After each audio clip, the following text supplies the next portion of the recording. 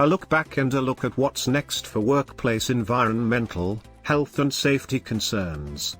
Here are highlights of 5 key trends from the past year. Let's see. Expanded ESG priorities. As the safety and health of employees remained front and center in 2020, everyday EHS responsibilities were linked with the imperative of being up to speed on OSHA state and local rules for COVID-19 mitigation. As a result of the shifting objectives, EHS executives found themselves collaborating with HR and other members of the company's emergency planning teams, as well as leading company-wide meetings to keep employees up to date on new developments and best practices. EHS teams also had to obtain and source more supplies, which could be difficult to come by at times. New recognition of what EHS entails. Other departments began looking to EHS for help, not only on health and safety, but also on enforcing employee reliability and other COVID-19 safeguards, once the reality of the pandemic sank in.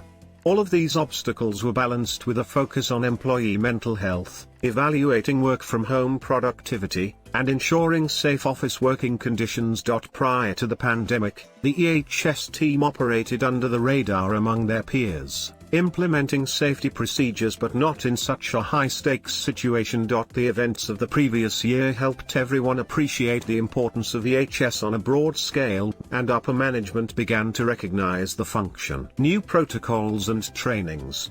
A large percentage of EHS professionals held their workplaces to higher standards than OSHA mandates. This means that time was spent both in person and remotely designing and teaching new processes to staff. For in-person teams, which frequently function with skeleton staff, this meant that the rest of the department had to totally restructure how they did their day-to-day tasks. EHS then had to work together to establish equipment inspection protocols that could be completed remotely, limiting in-person exposure to other team members while yet keeping sensitive information private. EHS departments also made sure that remote employees remained happy and productive in their new work surroundings. Work from home is possible.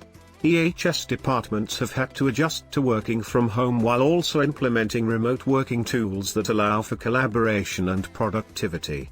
Company regulations have been modified to accommodate various work situations, with a focus on employee wellness for good ergonomics, mental and physical health, working alone, and other factors. In a combined office and residential environment, EHS professionals spent hours meeting, researching and revising instructions, and designing remote working strategies to increase productivity and employee collaboration while limiting fatigue.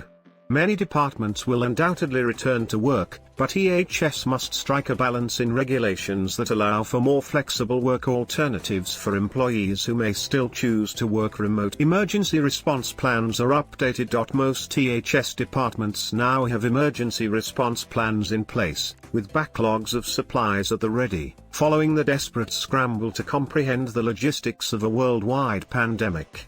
Many experts believe that they had rudimentary pandemic response plans before to COVID-19, but that they have been reviewed and improved as a result of the last year's events. These timely developments demonstrate EHS professionals' seamless teamwork and broad competency in the face of a circumstance unlike any other.